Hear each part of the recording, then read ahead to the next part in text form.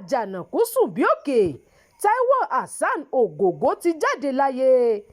Gbajúgbajà òṣèré tíátà Yorùbá ni Taiwo Hassan tí ọ̀pọ̀ ènìyàn mọ̀ sógògó ti jáde láyé o. Ọmọbìnrin rẹ̀ Kíra Taiwo ló kéde ìròyìn ikú rẹ̀ lónìí ọjọ́ 23 oṣù kẹjọ ọdún 2026 yìí nígbà tó ń bá àwọn ènìyàn sọ̀rọ̀ lórí Instagram Live.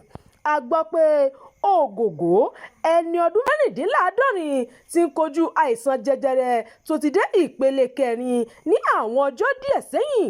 Ṣáájú ikú rẹ̀, àwọn ọmọbìnrin rẹ̀ Kíra àti Lima Taiwo ti ké sí àwọn aráàlú, àwọn dókítà àti àwọn olólùfẹ́ rẹ̀ láti ṣe ìrànlọ́wọ́ fún ìtọ́jú àti gbígba ìtọ́jú tó yẹ fún bàbá wọn. Ìròyìn ikú tuntun yìí wá ní ọjọ́ díẹ̀ lẹ́yìn tí ẹbí rẹ̀ ti kọ́kọ́ tako ìròyìn tí ń tàn káàkiri lórí ayélujára pé Ogogo ti kú ní ọjọ́ 22 oṣù kẹjọ.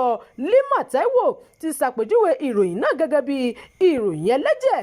Ó sì bẹ̀bẹ̀ fún àwọn ènìyàn láti má ṣe tan ìròyìn tí kò fẹsẹ̀ múlẹ̀ ká.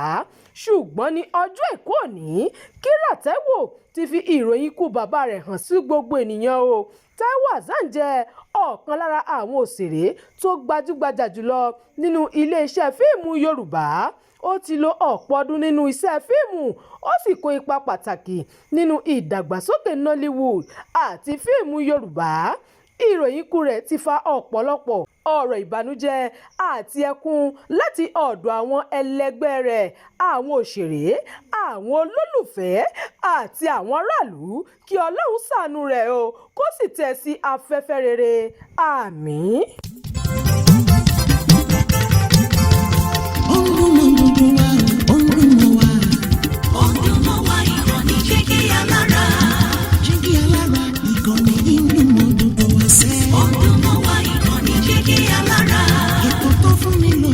Ètò tó wà ní lọ́yẹ̀ wà ń bẹ̀. Ọdún mọ́ wa ìkànnì Jígí Alára. Ìròyìn lóríṣiríṣi tàbí mọ bó ṣe ń lọ láwùjọ.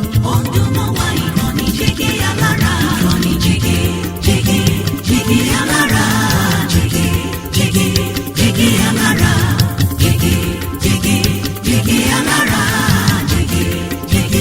Jígí Alára. Ìkànnì Jígí Alára 24 bàbá gbogbo.